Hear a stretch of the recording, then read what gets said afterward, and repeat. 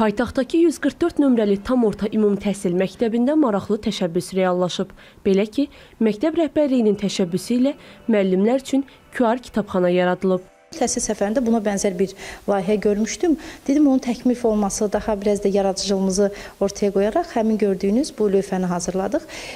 Və ora biz təkcə kitablar yox, həm də müəllimlərin zövqünə oxşayan çox maraqlı musiqilər, eyni zamanda müəllimə, məktəbə, təhsilə aid filmlər də ora əlavə etmişik. Bəzi kitablar var, satışda çox nadirən əldə olunur. Amma onlar internetdə onlayn olaraq linkləri var.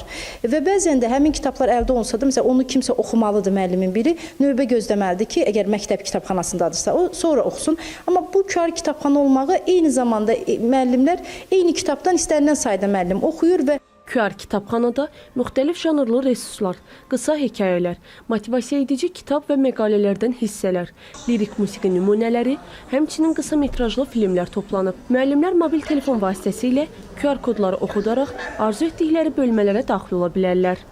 Məsələn, orada Albert Banduranın sosial öyrənmə nəzəriyyəsi var.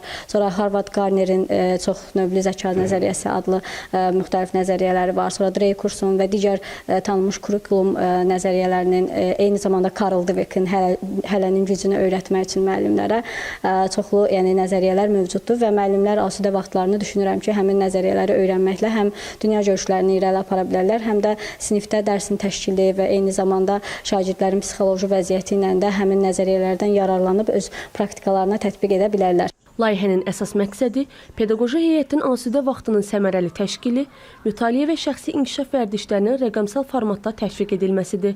Məktəb rəhbərliyi bu təşəbbüsün təhsil müəssisələrində rəqəmsal resurslardan istifadənin genişləndirilməsinə, müəllimlərin peşəkar bacarıq və fəaliyyətlərinin inkişaf etdirilməsi mühitində fəaliyyət göstərmələrinə töhfə verəcəyini düşünür.